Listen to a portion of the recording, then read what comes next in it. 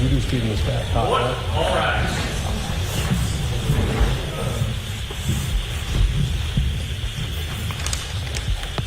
Court's now in session. You may be seated. We're going to start with number 12, Hummel versus Kevin Moore, 24 CR 214. Mr. Moore is not present. His presence was waived by his attorney, Scott Murphy. The Hummel is represented by Assistant District Attorney William O'Driscoll. The matter is on for status. If the parties could please identify themselves for the record. Your Honor, William O'Driscoll, we have to come off. Okay, Good afternoon, Scott Murphy for Mr. Moore. all right. What are we doing today? So I received about 12:30 today a motion for a buccal swab along with the DNA report that we've been waiting for quite some time. I just need a brief time to file my opposition and we can have a hearing on that. I think we talked about November 3rd was the date the court was available and we're available. Great. So I'll file my opposition. I can file it by the end of the week. We'll bring your client in for that date. Yes, If a please. buccal swab is allowed, be done on that date. Thank you. Okay?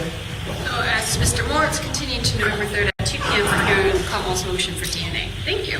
Thank you. Is Ms. Yass still here? We have 88. She's in the back. She is? Okay. This is number 11, Hummel versus Tristan Smiser, 23 CR 159. Are we ready on Mr. Smiser, or do you want a second call? We're ready. Mr. Smiser is not present. He's not here yet. Your Honor, good afternoon. Good afternoon. Bethany Rogers on behalf of Mr. Smiser. He just sent me a message, and I was just replying to him about court today. So. Okay. He is on his way. Should we wait? He's here. Okay, great. Perfect. Mr. Smiser, come on in. Your timing is impeccable. Okay, what are we doing today, Ms. Yes? Your Honor, you had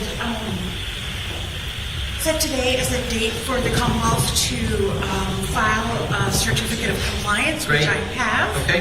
You had also set today for the Commonwealth to file a motion for reciprocal discovery, which I am. Okay.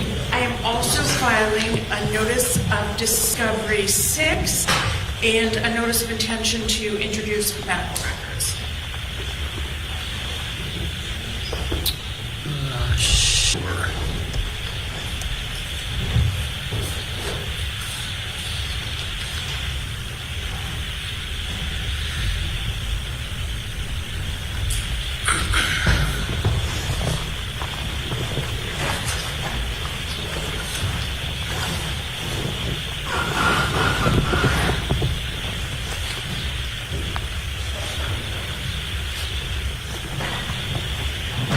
I'm trying to understand your certificate of compliance.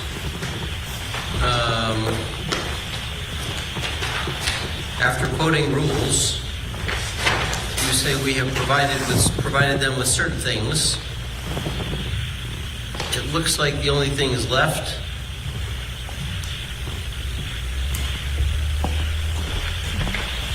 So I'm finishing the Brady information, which I have most of that done.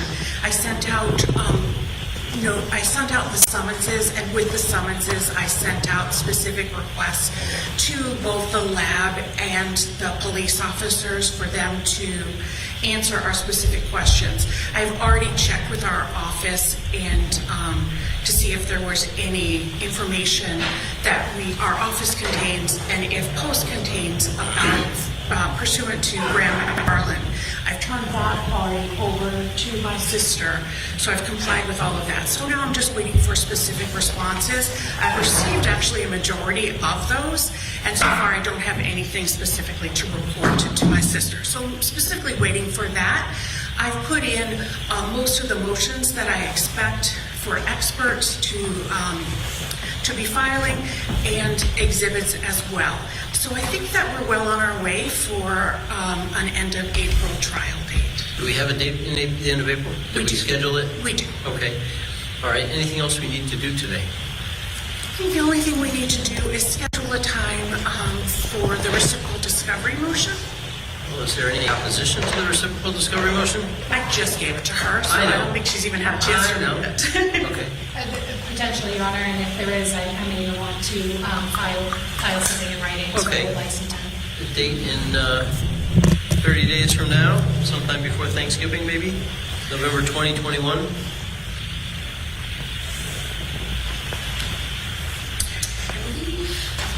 Conference November? Oh, 20th is the conference, that's right.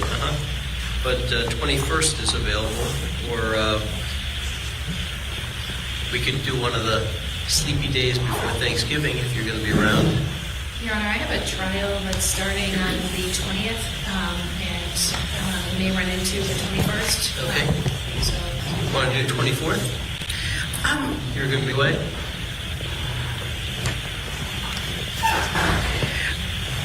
I'm actually supposed to be on trial, Okay. so I was hoping that we might be able to do something in the beginning of February. Is that on Walsh? Is the Walsh case going to go trial?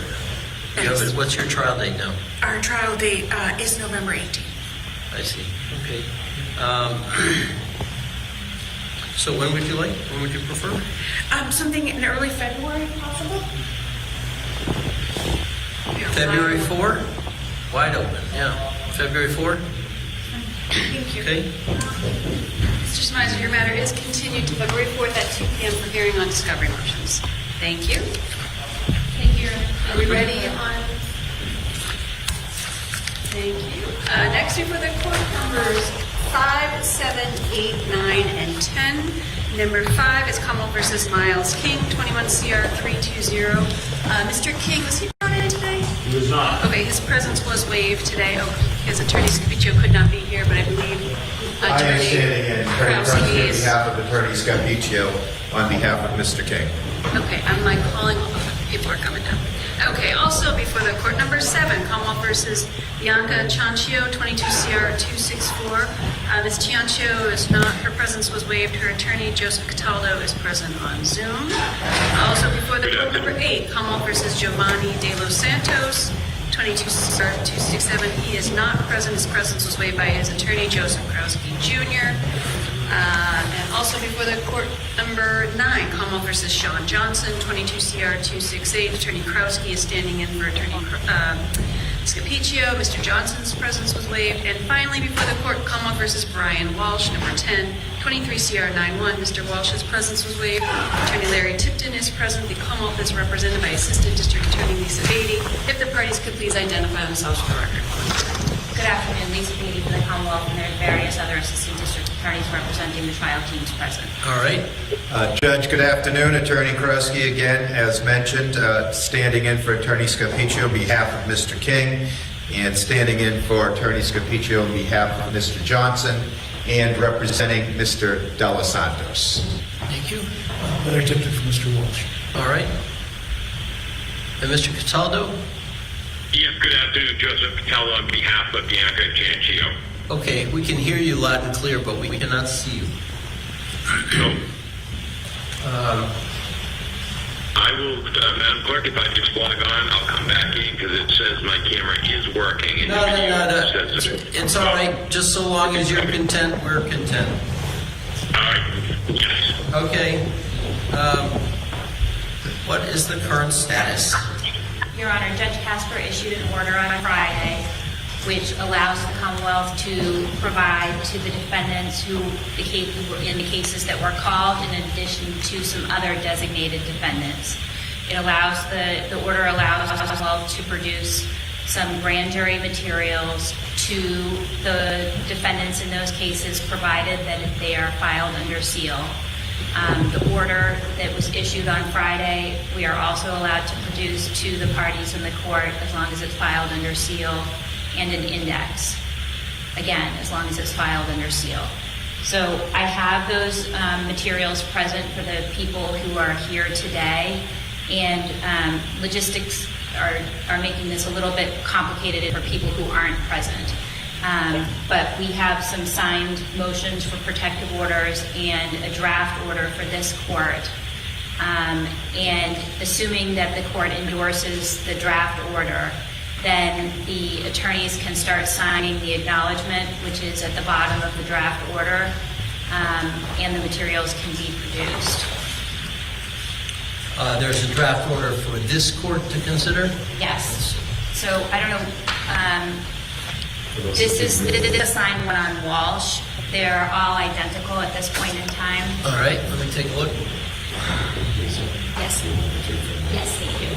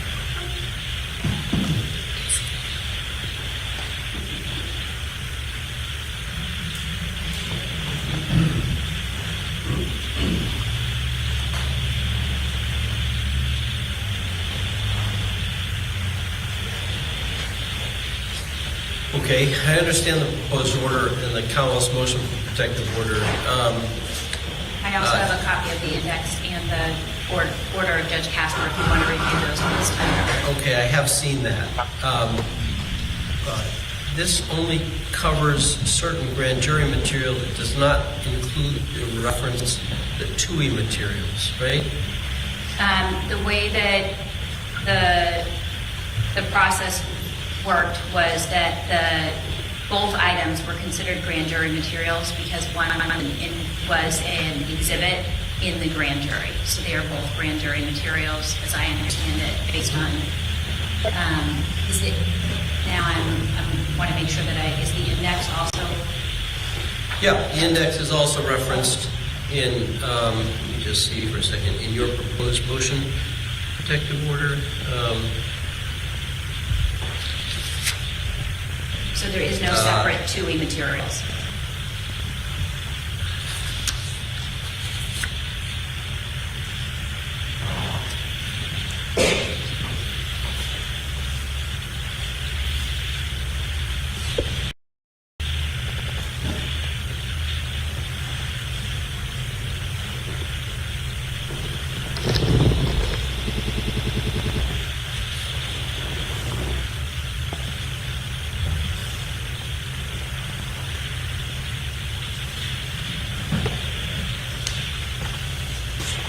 So the entire universe of what the Commonwealth received from the feds or the federal court in connection with the Reed case is now going to be turned over. No. So that's my question. Okay, I'm sorry, I didn't understand your question. I think, are you referring to the mention of TUI materials? I am. Okay, that was what was produced to the party in Reed. Okay. So that is referred to as TUI materials for the purposes of what was produced to both the Commonwealth and the defense in Reed. Right. So this is a subset of those materials. And the question is whether the obligation on the Commonwealth to review materials beyond what is contained in the order from Judge Casper is separately determined by the U.S. Attorney's Office regarding TUI materials. That is to say, the universe of confidential materials that we've been talking about for months. Yes. Okay? Is it all now going to be able to be reviewed by the Commonwealth and turned over to Defense Counsel, or only some subset covered by this order by Judge Casper? We've already reviewed all the materials, and we had done that prior to the last court date before then. Right. We are only permitted to provide to Defense Counsel certain materials. These are the only materials that we sought permission after our review to provide. That is to say, the other materials, we did not believe met our obligations under Rule 14. So you reviewed all the confidential information, and the only materials that you felt needed to be turned over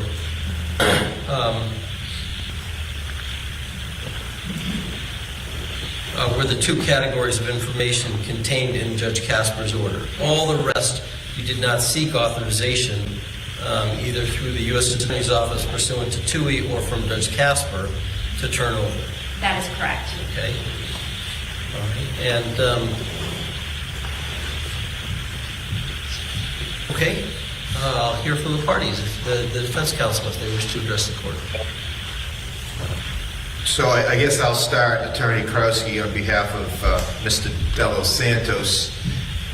My understanding of the order was that under the umbrella of grand jury, we are going to receive these materials, which would include all of the grand jury from the federal court, including any and all exhibits related to Trooper Proctor.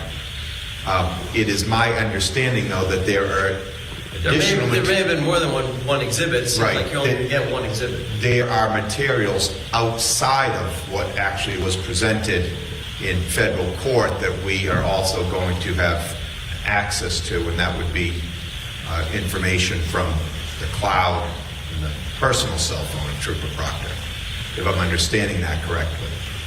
So I want to make sure that I'm answering the question that's being asked, but separate from the motions regarding what was produced to both the defense and the Commonwealth pursuant to the TUI request. In King and Johnson et al., Judge Doolin had issued an order for Trooper Proctor's personal cell phone, the device, not the cloud, the device. And you modified that order. And we have been in the process of executing that order. And that is an entirely separate process from this. Right. Right, that's what I was saying. I just wanted to be clear on the record that this is not on these cases and these defendants. This is not the end of the issue as it relates to the discovery related to Trooper Proctor. Right. Be clear about what this does and doesn't do, right? The Commonwealth has done its review on all confidential information that was obtained from the federal court, has made a determination that what needs to be produced is certain things. And as I understand it, the only things that are authorized to be turned over by Judge Casper are those the Commonwealth has already predetermined are the things that need to be turned over to defense counsel in this case because they come from exculpatory evidence. But they have reviewed other things Yes. and made a determination that those other things do not have to be turned over or not exculpatory in any manner in which exculpatory has been construed. And so it seems like the Commonwealth has discharged its obligation and has been authorized to discharge its obligation to review this information, the confidential information obtained from the feds, and has gotten the authorization to turn over the stuff they think needs to be turned over. May I add two things? Sure. We also, because we want to be clear, as clear as we can be and as quick as the government will allow us to be, we sought permission to have the index, which I think is something that was discussed in hearings previously. So we also will have the index, which gives some idea of materials that we did not seek authorization to provide and do not have authorization to provide and are not providing. And then... and that's the index of other materials. Correct. Okay? And that will, between the stuff that is authorized to be produced and will be produced, subject to a protective order, and the index, the defense will know all of the stuff that you reviewed. And in addition, is that right? That's correct. That's okay. The intention, is so that there's not a big mystery about what the other materials were. And in addition, and why those, as outlined in the U.S. Attorney's Office letter, why those other items are not Rule 14 material in these cases. I'm sorry, the index indicates why they are not Rule 14? It provides, the index itself doesn't provide that, but reading the index, I think, provides some information about why they're not Rule 14 material. Okay. And then finally, the order now contemplates, or orders, a return or destroy date of the other materials of October 31st.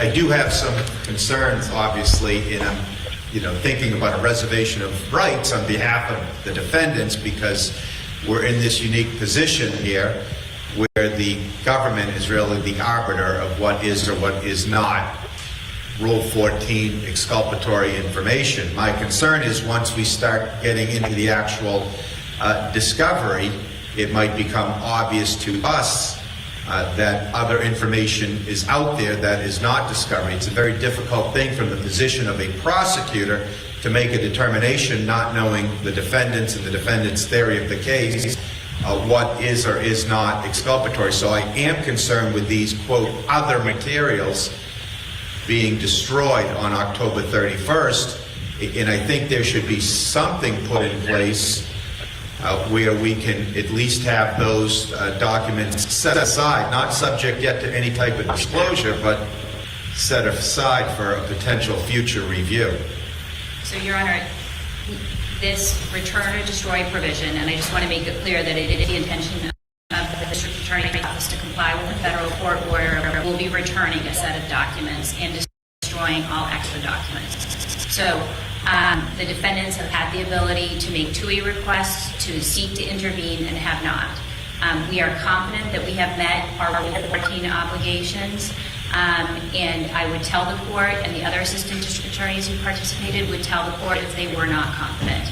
And again, I think the index will be helpful, and I'm able to provide that index today. Okay. I think what I will do is, in an abundance of caution, and against my better judgment, because I really don't want to have another interview in this, but I will schedule a time to see anybody who wants to be heard on the issue of the other list sometime next week after you folks have seen it and have had a week with it, to consider whether you think there's anything that you need to bring to the prosecutor's attention about the things that might be on that other list. You obviously don't have the other list, so you shoot blind right now, but you'll have it today, and you'll be able to come to reasonable belief that it would contain exculpatory information based on the chronologies in your case or whatever else it is. Step back to get my phone. Sure.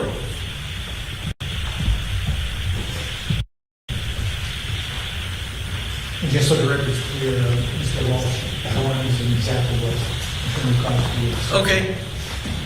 I am back here on October 30th. I don't know if that's a good date for the parties. I don't know. Well, it's certainly a good date for me. I can accommodate you on the 30th, but it's a little bit close to the destroy or return date, I would think.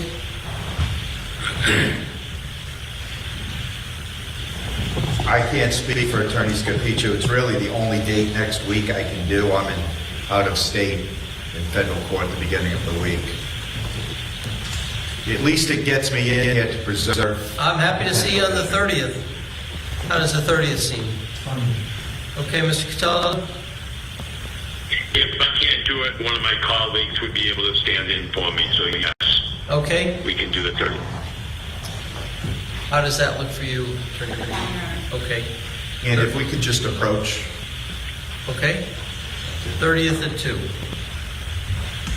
Am I issuing names for anyone, or leave the presence for this? Could we On behalf of, have the position on be behalf of issued? Bianca Ciancio, Go ahead, Mr. Cataldo. on behalf of Bianca Ciancio, I'm after that her appearance be waived on the 30th. All right. We will waive her appearance. Thank you. All defendants' presence waived? Yes. Yes. Okay. All defendants' presence will be waived for the hearing on the 30th. And Your Honor, there are a couple of other cases that we just need to finish the paperwork on. Can we do that administratively for the motion for the protective order and the court order? Yeah, get them to us, and we'll make sure we get them approved. Right. I've got 2 here. Let's see. And then if you could have the orders that you've endorsed back just for now, so that I can have the attorneys acknowledge them, and then we will bring them back to the clerk. Okay.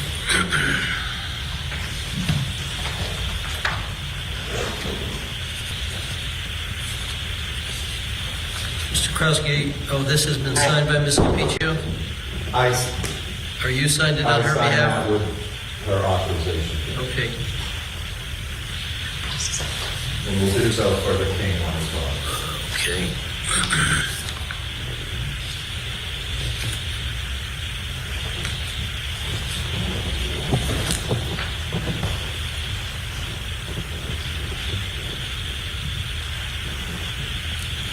All right, so I've signed 3 of them.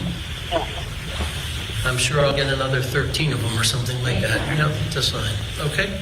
Your Honor, do you want a copy of the index? Or do you want to wait? I'll wait to see if I need to see a copy of the index. Thank you. Okay? If you would have just put those on my desk downstairs. And anybody who wants to file something in advance of the 30th, if you feel like you need to, you're welcome to. I'll look at it beforehand. Thank you. Okay? So the matters are all continued to October 30th at 2 p.m. for status. Defendant's presence is waived, and we'll see you then. Just a brief sidebar, please. Sure. Yes.